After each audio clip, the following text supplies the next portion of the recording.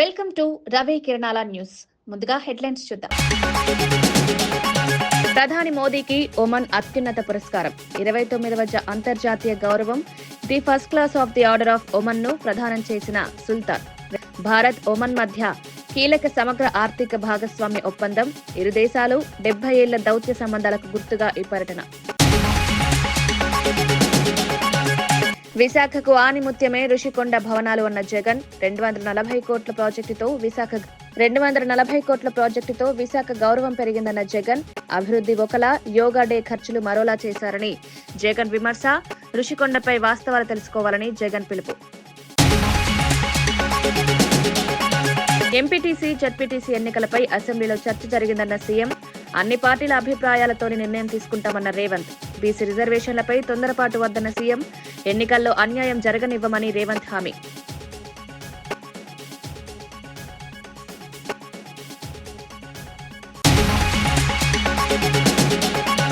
Party ఫిరాయింపులపై KTR fire. Speaker కు కనిపించడం లేదా, విడిపించడం లేదా అన్న కేటీఆర్. కాంగ్రెస్ లో చేరితే ఫిరాయింపు కాదా అని కేటీఆర్ ప్రశ్న. ప్రజాస్వామ్యంపై కాంగ్రెస్ దాడి చేసిందని కేటీఆర్ ఆరోపణ. పార్టీ ఫిరాయింపులపై సమాన న్యాయం కావాలని కేటీఆర్ డిమాండ్. జగన్ పై మంత్రి సత్యకుమార్ వ్యాఖ్యలు. ముందు జైలుకు వెళ్లకుండా చూసుకోని జగన్ కు మంత్రి సలహా. పరామర్శలు కాదు, ప్రజల పనులు కావాలన్న సత్యకుమార్. జగన్ బెదిరింపులు ఇక పనిచేయవని మంత్రి వ్యాఖ్య.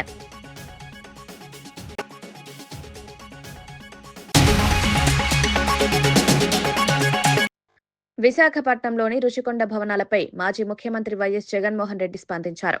రుషికొండ విశాఖ నగరానికి ఆనిముత్యం లాంటిదని వ్యాఖ్యానించారు. సుమారు 240 కోట్ల రూపాయల వ్యయంతో ఆధునిక నిర్మించిన ఈ భవనాలు విశాఖ గౌరవాన్ని పెంచాయన్నారు. వీఐపీలు, అతిథులు వచ్చినప్పుడు అక్కడ ఉండేలా అన్ని సౌకర్యాలు కల్పించామన్నారు. విశాఖ మొత్తానికి తలమానికంగా ఈ ప్రాజెక్టు నిలుస్తుందని, పర్యాటక ప్రాంతంలా రూపుదిద్దుకుంటుందన్నారు. అయితే యోగా డే కార్యక్రమానికి 330 కోట్ల రూపాయలు ఖర్చు చేయడం ప్రజాధనాన్ని వృధా చేయడమేనని జగన్ విమర్శించారు. అభివృద్ధి పేరిట ప్రాధాన్యతలు మారుతున్నాయని ఆక్షేపించారు. ప్రజలకు ఉపయోగపడే ప్రాజెక్టులపై దృష్టి పెట్టాల్సిన అవసరం ఉందని సూచించారు. రుషికొండ విషయంలో వాస్తవాలను ప్రజలు తెలుసుకోవాలని ఆయన కోరారు. 330 కోట్లు, కనీసం నేనన్నా 240 కోట్లు పెట్టి బ్రహ్మాండమైన బిల్డింగ్ కట్టి విశాఖపట్నానికి తలమానికంగా ఉంది ఆ బిల్డింగ్. ఈ పొద్దు కూడా పోయినాను అనుకో, ఆ బిల్డింగ్ లోకి ఎవరైనా పోయి చూస్తే విశాఖపట్నం అంతా పోయిన టూరిస్ట్ ప్లేస్ కింద అది కనపడుతుంది. ఆ పెద్ద పెద్ద వాళ్ళందరూ దాంట్లో వచ్చి నేను గవర్నర్ గారు పోయినారు అనుకో, లేదా మోడీ గారు వచ్చినారు అనుకో, లేకపోతే పుతిన్ వచ్చినాడు అనుకో, లేదా రష్యన్ ప్రెసిడెంట్ పుతిన్ వచ్చినాడు అనుకో, ఎక్కడ పెడతారు? బ్రహ్మాండమైన రాజభవనం లాంటి బిల్డింగ్ అది. 230 కోట్లతో కట్టినందుకు మాన్యుమెంట్ అక్కడ తయారైంది. వేరే ఇక్కడ ఒకరోజు యోగా, ఒకరోజు 330 కోట్లు, 330 కోట్లు ఆవిరి. దాన్ని ఏమంటారు? స్కామ్ కాకపోతే అది నా మాటలకి అయ్యే ఖర్చు. పోయి ఆ మాటలకి ఎంత ఖర్చు పెట్టాను ఒకసారి మీకు అందరు కూడా ఏ ఉంది కదా, ఒకసారి అమెజాన్లో పోయి కొట్టండి. ఒకసారి మ్యాట్ ఖర్చు ఎంత అవుతుంది, వీళ్ళు ఎంత ప్రొక్యూర్ చేసినారని చెప్పి చూస్తే 50% తక్కువ ఉంటే నన్ను అడగండి. ఎంపీటీసీ, జడ్పీటీసీ ఎన్నికల నిర్వహణపై ముఖ్యమంత్రి రేవంత్ రెడ్డి కీలక వ్యాఖ్యలు చేశారు. ఈ అంశంపై త్వరలోనే అసెంబ్లీ సమావేశం నిర్వహిస్తామని సీఎం వెల్లడించారు. ఎన్నికల విధానం, భవిష్యత్ కార్యాచరణపై అన్ని పార్టీల అభిప్రాయాలు తీసుకుంటామని తెలిపారు. ప్రతిపక్షాలకు కూడా సముచిత అవకాశం ఇస్తామని స్పష్టం చేశారు. 42% బీసీ రిజర్వేషన్ల అంశం కీలకంగా ఉన్న నేపథ్యంలో తొందరపడి నిర్ణయాలు తీసుకోబోమన్నారు. ప్రజాస్వామ్య పద్ధతిలో అసెంబ్లీలో చర్చించి ఒక స్పష్టమైన నిర్ణయానికి వస్తామని పేర్కొన్నారు. ఎన్నికల ప్రక్రియలో చట్టపరమైన అడ్డంకులు లేకుండా ముందుకు సాగాలని ప్రభుత్వం భావిస్తోందన్నారు. సమన్వయం, సహకారంతోనే సమస్యకు పరిష్కారం లభిస్తుందని సీఎం రేవంత్ అభిప్రాయపడ్డారు. ఎన్నికల విషయంలో ఎలాంటి అన్యాయం జరగకుండా అన్ని వర్గాల ప్రయోజనాలు కాపాడతామని హామీ ఇచ్చారు. మున్సిపల్ కార్పొరేషన్ ఎన్నికలు వీటన్నిటికి సంబంధించి కూడా తొందరలోనే శాసనసభ సమావేశాలు ఏర్పాటు చేసి ప్రతిపక్షాలను కూడా అడుగుతాం, ఏ విధంగా ముందుకు వెళ్దాము, 42% బీసీ రిజర్వేషన్లు ఏ విధంగా సాధించుకుందాము, భవిష్యత్ కార్యాచరణ ఎట్లుంటే బాగుంటుందో ప్రజాస్వామిక బద్దంగా చర్చ చేసి అసెంబ్లీలో ఆ తర్వాత ఎన్నికలపై ఒక నిర్ణయానికి వస్తాం. BRS working president KTR Congress పార్టీపై ముఖ్యమంత్రి రేవంత్ రెడ్డిపై తీవ్ర వ్యాఖ్యలు చేశారు. పోచారం శ్రీనివాస్ రెడ్డి కాంగ్రెస్ లో చేరడాన్ని తీవ్రంగా తప్పుబట్టారు. ఇంతకాలం సంపాదించుకున్న పేరును ఆయనే నాశనం చేసుకున్నారని విమర్శించారు. బీఆర్ఎస్ నుంచి కాంగ్రెస్ లో చేరిన ఎమ్మెల్యేలు ఆడా మగా తేడా తెలియని పరిస్థితిలో ఉన్నారని వ్యాఖ్యానించారు. సీఎం రేవంత్ రెడ్డి చెప్పినట్టే స్పీకర్ వ్యవహరిస్తున్నారని ఆరోపించారు. బీఆర్ఎస్ ఎమ్మెల్యేలు కాంగ్రెస్ లో చేరితే స్పీకర్ కు కనిపించడం లేదని వినిపించడం లేదన్నారు. ప్రజాస్వామ్య వ్యవస్థలను దుర్వినియోగం చేస్తున్నారని మండిపడ్డారు. పార్టీ ఫిరాయింపులపై సమాన న్యాయం జరగాలని కేటీఆర్ డిమాండ్ చేశారు. ప్రజలు ఈ పరిణామాలను గమనిస్తున్నారని వ్యాఖ్యానించారు. పాపం ఆయన తిరుగుతా ఉన్నాడు ప్రచారానికి. అదే ఊర్లో మన మండల అధ్యక్షుడు ఇంకో మల్లయ్య ఉంటాడు. ఆ మల్లయ్య గారిని దాడి చేయడానికి కాంగ్రెస్ ముష్కరులు, కాంగ్రెస్ గుండాలు 50 మంది వచ్చి రాత్రిపూట 10-10:30కు అందరు సలిపూట వెళ్ళిపోతే 50 మంది కావాలని మాటేసి పోయి దాడి చేస్తే అందులో మరి దురదృష్టవశాత్తు మల్లయ్య యాదవ్ గారి మీద వారు దాడి చేస్తే రాళ్లతోని కొట్టి కిరాతకంగా అక్కడే లింగంపల్లిలో దాడి చేసి చంపేసినారు. ఇది ఒక చోటనే కాదు, ఇట్లా చాలా చోట్ల చాలా దాడులు జరిగినాయి. ఇక బెదిరింపులకైతే లెక్కనే లేదు. అంత ఎంత గలీజ్ అంటే రాజకీయం ఎంత గలీజ్ గా మారిందంటే కాంగ్రెస్ వచ్చినాక మనం కూడా ఉన్నాం 10 ఏళ్లు ప్రభుత్వంలో, కానీ ఎప్పుడు ఇంత చిల్లర రాజకీయం చేయలే. నల్లగొండ నియోజకవర్గం తిప్పర్తి మండలం ఎల్లమ్మగూడెం అనే గ్రామంలో సర్పంచ్ గా నామినేషన్ ఇస్తే మన సోదరుడు యాదగిరి గారు నామినేషన్ ఇస్తే ఆ సోదరుని బెదిరించినారు, ముందు కొట్టినారు, కాళ్ల మీద ఏళ్ల మీద కనబడుతున్నాయి దెబ్బలు. ఎగ్జామినేషన్ చేస్తే ఏ డాక్టర్ అయినా సర్టిఫికెట్ ఇస్తాడు, బాగా కొట్టినారు. కొట్టడమే కాదు, అయినా కూడా ఆ తమ్ముడు వినకపోతే కారులో వేసుకొని కిడ్నాప్ చేసి తీసుకొని పోయి అక్కడ ఉండే మంత్రి బలుపుతో ఆయన కనుసన్నలో ఉండే ఆయన అనుచరుల అహంకారం వల్ల మూత్రం దాగిపించి ఆయనను బెదిరించి ఇన్సల్ట్ చేసి అక్కడికక్కడనే ఆయనను అవమానించే ప్రయత్నం చేసినారు. అంటే ఎంత కిరాతకమైన ఎంత చిల్లర వికృతమైన రాజకీయం ఇది ఈ జిల్లాలో జరుగుతున్నది కాంగ్రెస్ నాయకుల కనుసన్నలో. ఒక్కసారి మీరు ఆలోచన చేయండి. అట్లాగే 1-2 కాదు, ఇట్లా ఎన్నో ఉన్నాయి ఉదాహరణలు.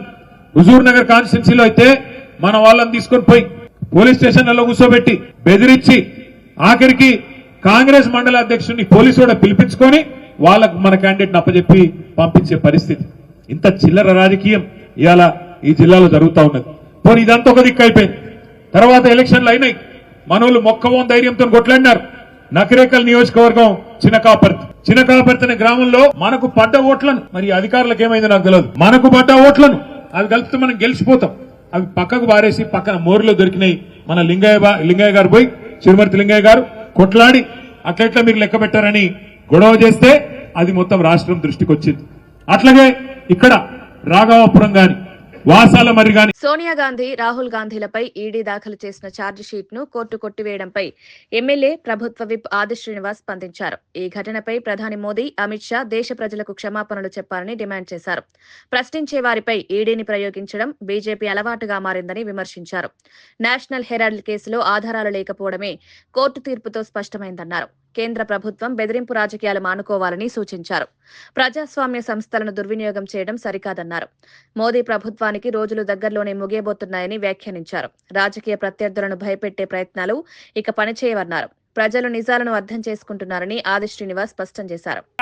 అడ్డు వచ్చిన వాళ్ళను తొలగించుకునే విధంగా చట్టాన్ని తన చేతిలో తీసుకున్నటువంటి నరేంద్ర మోడీ, అమిత్ షాలకు ఉన్నటి కోర్టులో తమ ఛార్జ్ షీటును వెనక్కి పంపడం ఈరోజు చెంప పెట్టులాగా ఉంది. ఈరోజు ప్రజలందరూ కూడా గమనిస్తున్న వేళ సిరిసిల్ల జిల్లా యావత్తు పార్టీ కూడా ఈరోజు వచ్చి మనం నిరసన వ్యక్తం చేసినాం. తస్మాత్ జాగ్రత్త అని చెప్తున్నాం. భారతీయ జనతా పార్టీ నాయకులకు ఈరోజు నరేంద్ర మోడీ గారికి, అమిత్ షా గారికి, సోనియా గాంధీ గారికి, రాహుల్ గాంధీ గారికి మీరు టచ్ చేసేటువంటి సందర్భం రాదు. టచ్ చేసి చూస్తే ఈరోజు మీ అందరం కూడా కుటుంబం వెంట ఉంటామన్నమాట సందర్భంగా నేను తెలియజేస్తూ, రేవంత్ రెడ్డి ప్రభుత్వం రియల్ ఎస్టేట్ మాఫియా తరహాలో పనిచేస్తోందని ఎమ్మెల్సీ శ్రవణ్ దాసోజు ఆరోపించారు. అరికెపూడి గాంధీ పార్టీ ఫిరాయించిన సమయంలో నజరానాగా భూములిచ్చారని ఆరోపించారు. ఇప్పటికే అమ్ముడుపోయిన భూమిని 2006లో అమ్మినట్టు నకిలీ డాక్యుమెంట్లు సృష్టించారని విమర్శించారు. భూభారతి రికార్డుల్లో కూడా అక్రమంగా ఎంట్రీ చేశారని ఆరోపించారు. భవిష్యత్ తరాలకు చెందాల్సిన భూములను వ్యక్తిగత లాభాల కోసం దోచుకుంటున్నారని మండిపడ్డారు. ప్రభుత్వ చర్యలు ప్రజల నమ్మకాన్ని దెబ్బతీస్తున్నాయన్నారు. ఇలాంటి వ్యవహారాలపై సమగ్ర విచారణ జరపాలని డిమాండ్ చేశారు. భూ వ్యవహారాల్లో పారదర్శకత లేకపోతే ప్రజలు తిరగబడతారని హెచ్చరించారు.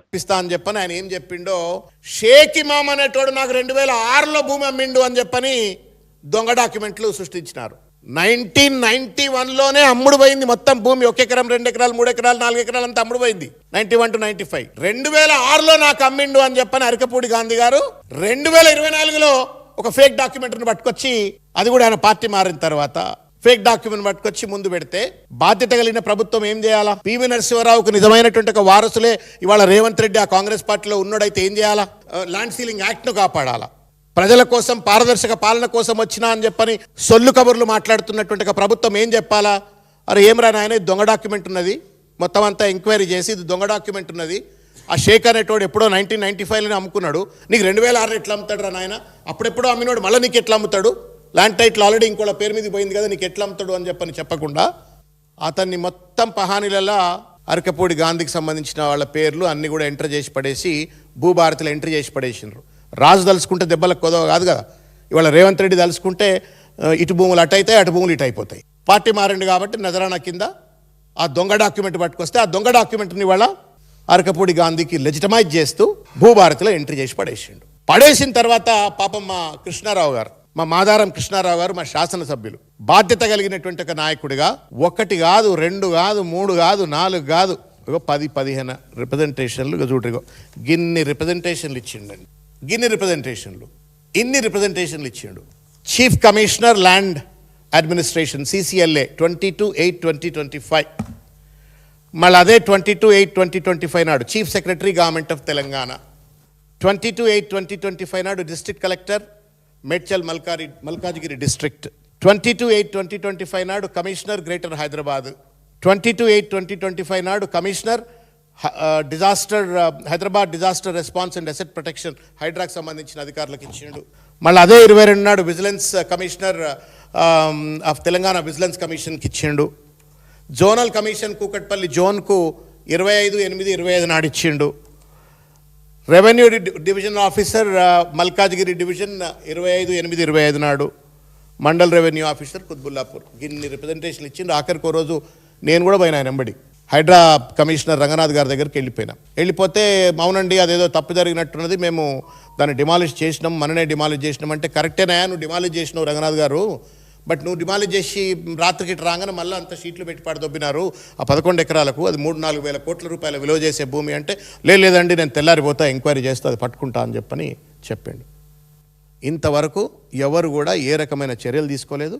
4,000 కోట్ల రూపాయల ప్రజాధనాన్ని ఇవాళ గాథ కింద పందికొక్కులు లెక్క రేవంత్ రెడ్డి సపోర్ట్ చూసుకొని ఇవాళ పార్టీ మారిండు కాబట్టి, నజరాన ఇచ్చిండు కాబట్టి ఇవాళ దొబ్బిపోతా ఉన్నారు. ఎవడబ్బ సొమ్మిది, ఎవరి పైసలు ఇవి, ఎవరి భూమిది? భవిష్యత్ తరాల కోసం ఉండవలసినట్టు ఒక భూమును రేవంత్ రెడ్డి అమ్మకరణ దొబ్బుతాడు, తద్వారా కమిషన్లు దొబ్బుతాడు. లేదు ఈ రకంగా పార్టీలు మారిన వాళ్ళకో లేకపోతే ఆయనకు చెంచాగిరి కొట్టేటోళ్ళకో రేరాని అడ్డం పెట్టుకోనో, పేరాని అడ్డం పెట్టుకోనో, ఏవిరెడ్డిని అడ్డం పెట్టుకోనో, ఇంకెవరిని అడ్డం పెట్టుకోనో, మొత్తానికి ఈ రకంగా టైటిల్ మార్చివేసి భవిష్యత్ తరాలు, మనం ఇవాళ ఉంటాం పోతాం చచ్చిపోతాం, మనం 50 ఏళ్ల కింద ఉన్నారా? PV Narasimha Rao land ceiling act పట్టుకొచ్చింది, బతికుండా అయ్యాల గట్లే మనం కూడా పోతాం రేపు. కానీ తరతరాలకు ఉండేది భూమి, ఆ భూమి మీద వచ్చేటువంటి అభివృద్ధి, దాన్ని వాళ్ళ ప్రైవేట్ వాళ్ళకి కట్టబెట్టాలనే చిల్లర కుట్ర, దాని ద్వారా డబ్బులు దొబ్బాలనే చిల్లర కుట్ర ఈ ప్రభుత్వం చేస్తూ ఉంటే, ఇదేమైనా డెమోక్రాటిక్ గవర్నెన్సా? రియల్ ఎస్టేట్ మాఫియా నడుపుతున్న ప్రభుత్వం ఇది, రియల్ ఎస్టేట్ మాఫియా. ఇంట్లో అన్నా నేను మీకు మీరు కేర్ఫుల్గా అర్థం చేసుకోవాల్సింది ఏంటంటే, నేను ఇంతకుముందు చెప్పిన ఈ మ్యాప్, ఇగో డి ఉంది, ఇక్కడ సి ఉన్నది, బి ఉన్నది, డి ఉన్నది. వాస్తవానికి మంత్రి సత్యకుమార్ మాజీ సీఎం జగన్మోహన్ రెడ్డిపై తీవ్ర వ్యాఖ్యలు చేశారు. ఇతరులను జైలుకు పంపడం గురించి మాట్లాడే ముందు తాను జైలుకు వెళ్లకుండా చూసుకోవాలని సూచించారు. ఎప్పుడు జైలుకు వెళ్తాడో తెలియని పరిస్థితిలో జగన్ పగటి కలలు కంటున్నారని వ్యాఖ్యానించారు. తాటాకు చప్పుళ్లు తప్ప జగన్ దగ్గర ఇంకేమీ లేదన్నారు. పీపీపీ విధానాన్ని అడ్డుకోవడానికే జగన్ బెదిరింపులకు పాల్పడుతున్నారని ఆరోపించారు. ప్రజల ప్రయోజనాల కోసం తీసుకునే విధానాలను అడ్డుకోవడం సరికాదన్నారు. అభివృద్ధి కార్యక్రమాలపై రాజకీయం చేయడం మానుకోవాలని సూచించారు. చట్టం తన పని తాను చేసుకుంటుందని, తప్పు చేసిన వారికి శిక్ష తప్పదని సత్యకుమార్ వ్యాఖ్యానించారు. రెడ్డి గారి సవాల్ విసురుతున్నాను. దీన్ని తయారు చేసింది మేము, అధికార పార్టీ.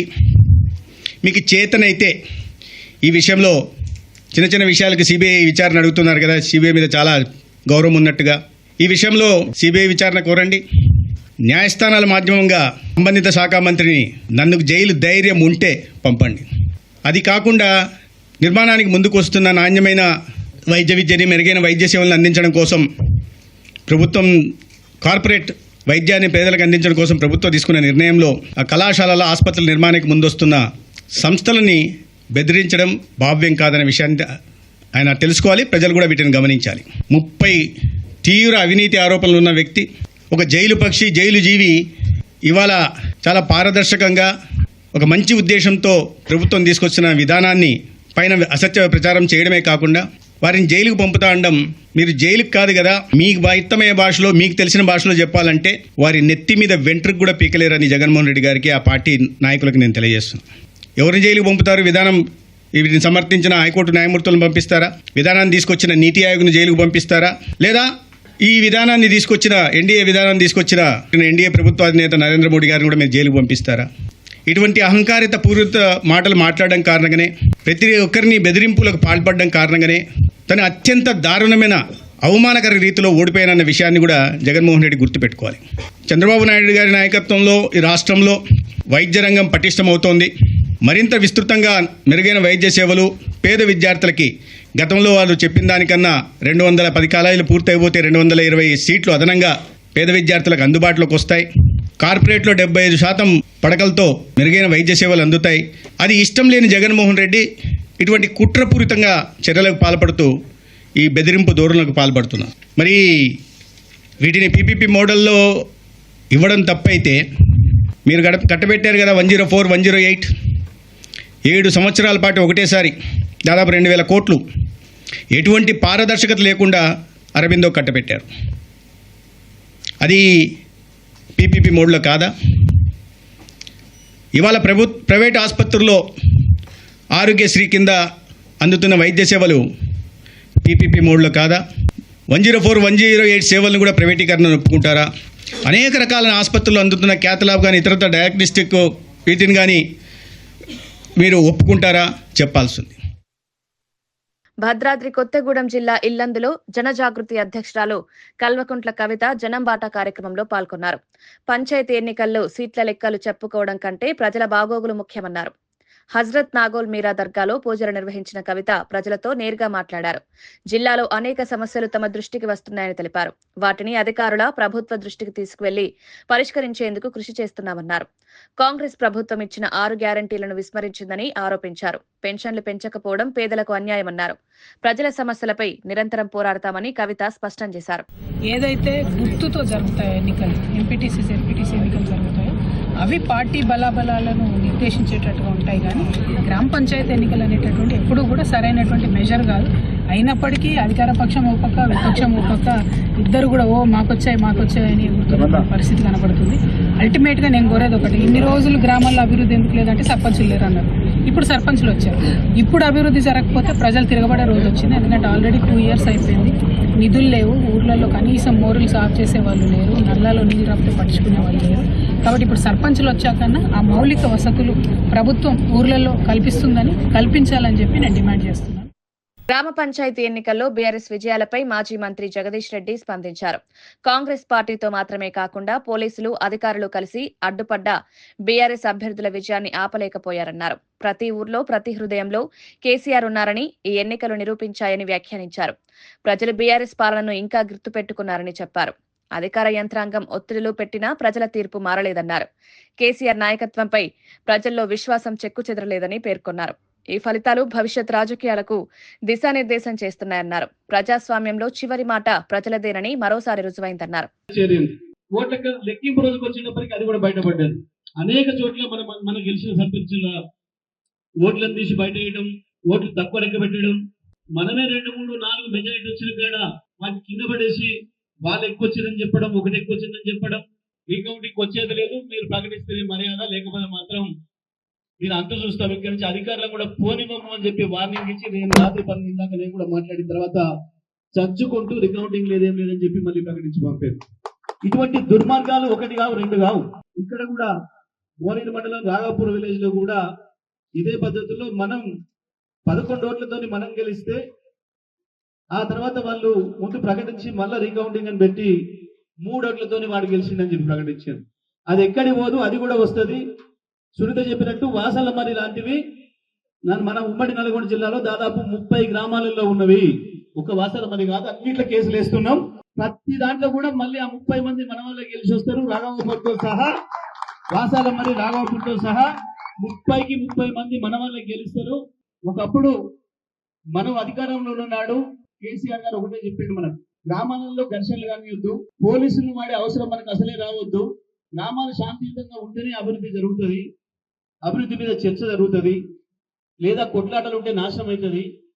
ప్రత్యేకించి మీ ఉమ్మడి నల్గొండ జిల్లా 60 ఏళ్లుగా తన్నుకొని చచ్చేది, ఏ ఊరి పైన 4 గోరీలు ఎదురైతే తప్ప అభివృద్ధి కార్యక్రమాలు అసలు అడ్రస్ కనపడవు.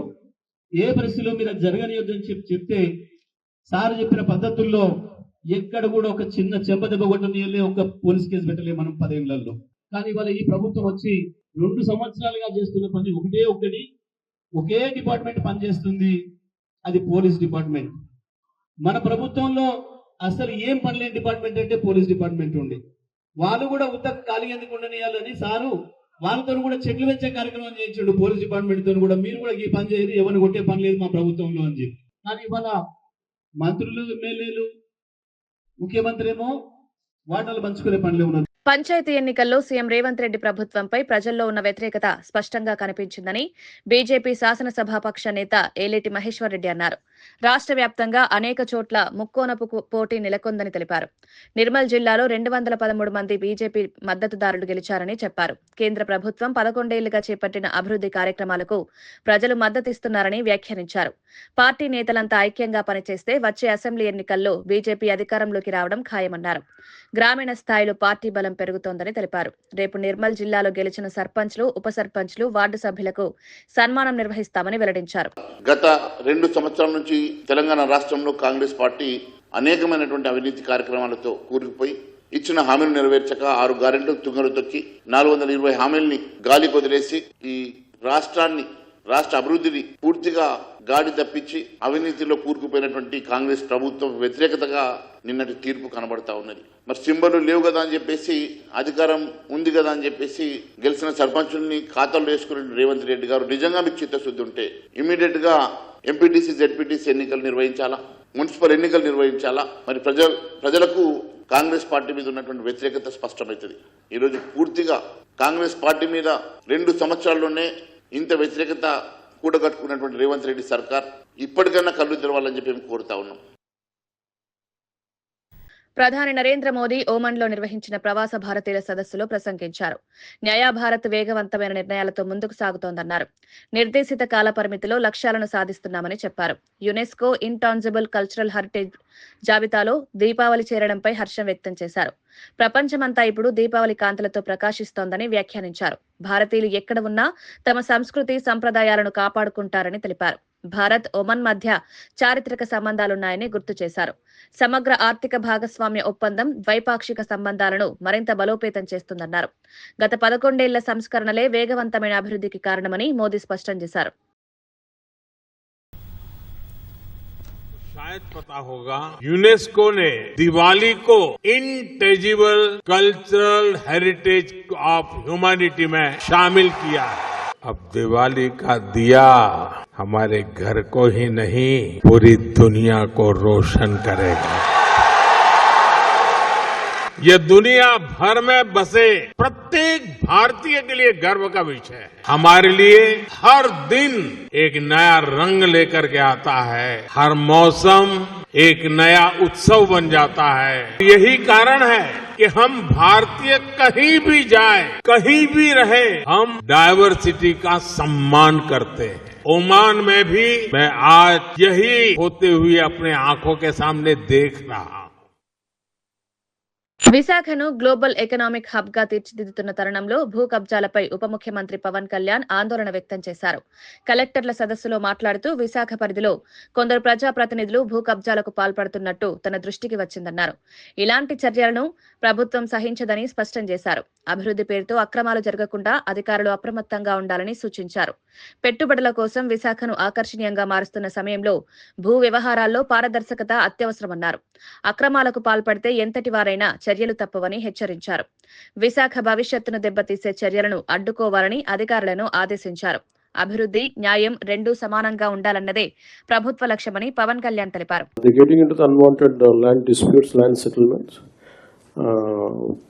బాగా అనిపిస్తుందంటే officials are not able to act firmly on that. అదొక ఫర్మ్గా ఎస్పెషల్ వైజాగ్, విశాఖపట్నం జోన్లో ఇవి ఎక్కువ జరుగుతూ ఉన్నాయి సార్. అది మిగతా చోట్ల కానీ ఇది డెవలప్మెంట్ కొంచెం ఒక ఫర్మ్గా మీరు ఒక డైరెక్షన్ ఇవ్వండి సార్, డైరెక్ట్ ఇవ్వాలి మీరు దీనికి సంబంధించి ఇస్తే బాగుంటుంది సార్. ఏదైతే డిప్యూటీ సీఎం గారు చెప్పారో 5-6 జిల్లాలు అనకాపల్లి, విశాఖపట్నం, విజయనగరం, ఈ జిల్లాలో బోత్ పోలీసు ఉన్నారు, కలెక్టర్స్ ఉన్నారు. It is your responsibility. ఎక్కడ ల్యాండ్ గ్రాబింగ్ కానీ, మ్యానిపులేషన్ కానీ, ఇంటర్ఫిరెన్స్ కానీ ఉండడానికి వీల్లేదు. Be firm, be ruthless. ఒకవేళ ఏ కంప్లైంట్ వచ్చినా we are not going to spare it. ఎవరైనా సరే, దట్ ఈస్ ది మ్యాండేట్. మీరు క్లియర్గా ఉండండి. పాత రికార్డ్స్ కూడా మేము వెరిఫై చేస్తాం. ఎవరు తప్పు చేసినా కూడా ఎవరిని వదిలిపెట్టే సమస్య ఉండదు. ఉపాధి హామీ పథకం స్థానంలో కేంద్ర ప్రభుత్వం తీసుకువచ్చిన Viksit Bharat guarantee for Rozgar and Ajeevika mission Grameen బిల్లుపై విపక్షాలు రాద్ధాంతం చేస్తున్నాయని బీజేపీ అధికార ప్రతినిధి యామినీ శర్మ విమర్శించారు. ఈ బిల్లును అభివృద్ధికి వ్యతిరేకంగా చిత్రీకరించడం సరైంది కాదన్నారు. గ్రామీణ ఉపాధి అవకాశాలను మరింత విస్తరించడమే ఈ బిల్లు ప్రధాన లక్ష్యమని తెలిపారు. ఉపాధి కల్పనతో పాటు జీవనోపాధి నైపుణ్యాల అభివృద్ధికి ఈ మిషన్ ఉపయోగపడుతుందన్నారు. గ్రామీణ యువతకు శిక్షణ, స్వయం ఉపాధి అవకాశాలు, చిన్న పరిశ్రమలకు ప్రోత్సాహం వంటి అంశాలు ఇందులో ఉన్నాయన్నారు. పాత పథకాల పరిమితులను అధిగమించి దీర్ఘకాలిక ఉపాధి అవకాశాలు సృష్టించాలన్నదే కేంద్ర ప్రభుత్వ ఉద్దేశమని వివరించారు. చాలా బెస్ట్ ఎగ్జాంపుల్ ఈ రోజు జరుగుతున్నటువంటిదే. ఆయనున్న 5 సంవత్సరాల్లో కేంద్ర ప్రభుత్వం సహకారం చేసి నిధులు ఇచ్చినా కూడా పూర్తి చేయాలన్నటువంటి మెడికల్ కాలేజీలని ఇప్పుడు మా కూటమి ప్రభుత్వము చాలా పకడ్బందీగా వరల్డ్ క్లాస్ ఇన్ఫ్రాస్ట్రక్చర్తో ది బెస్ట్ ఫ్యాకల్టీని తీసుకొచ్చి పేద వైద్య విద్యార్థులకి అలాగే పేద ప్రజలకి మరింత మెరుగైనటువంటి వైద్యము, విద్యను అందించాలని చూస్తుంటే ఈరోజు కోటి సంతకాలట గవర్నర్ కలవబోతున్నాడట. తల్లి కాంగ్రెస్, పిల్ల కాంగ్రెస్ పనులన్నీ ఇలానే ఉంటాయి. వార్తలు ముగించే ముందు ముఖ్యాంశాలు మరోసారి. ప్రధాని మోదీకి ఒమన్ అత్యున్నత పురస్కారం, 29వ అంతర్జాతీయ గౌరవం the first class of the order of Oman ను ప్రదానం చేసిన సుల్తాన్. భారత్ ఒమన్ మధ్య కీలక సమగ్ర ఆర్థిక భాగస్వామ్య ఒప్పందం. ఇరు దేశాలు 70 ఏళ్ల దౌత్య సంబంధాలకు గుర్తుగా ఈ పర్యటన. విశాఖకు ఆనిముత్యమే రుషికొండ భవనాలు అన్న జగన్. 240 కోట్ల ప్రాజెక్టుతో విశాఖ గౌరవం పెరిగిందన్న జగన్. అభివృద్ధి ఒకలా, యోగా డే ఖర్చులు మరోలా చేశారని జగన్ విమర్శ. రుషికొండపై వాస్తవాలు తెలుసుకోవాలని జగన్ పిలుపు. ఎంపీటీసీ, జడ్పీటీసీ ఎన్నికలపై అసెంబ్లీలో చర్చ జరిగిందన్న సీఎం. అన్ని పార్టీల అభిప్రాయాలతోనే నిర్ణయం తీసుకుంటామన్న రేవంత్. బీసీ రిజర్వేషన్లపై తొందరపాటు వద్దన్న సీఎం. ఎన్నికల్లో అన్యాయం జరగనివ్వమని రేవంత్ హామీ.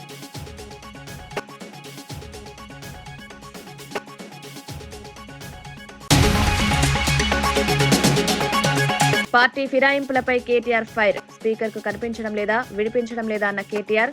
కాంగ్రెస్ లో చేరితే ఫిరాయింపు కాదా అని కేటీఆర్ ప్రశ్న. ప్రజాస్వామ్యంపై కాంగ్రెస్ దాడి చేసిందని కేటీఆర్ ఆరోపణ. పార్టీ ఫిరాయింపులపై సమాన న్యాయం కావాలని కేటీఆర్ డిమాండ్. జగన్ పై మంత్రి సత్యకుమార్ వ్యాఖ్యలు. ముందు జైలుకు వెళ్లకుండా చూసుకోని జగన్ కు మంత్రి సలహా. పరామర్శలు కాదు, ప్రజల పనులు కావాలన్న సత్యకుమార్. జగన్ బెదిరింపులు ఇక పనిచేయవని మంత్రి వ్యాఖ్య.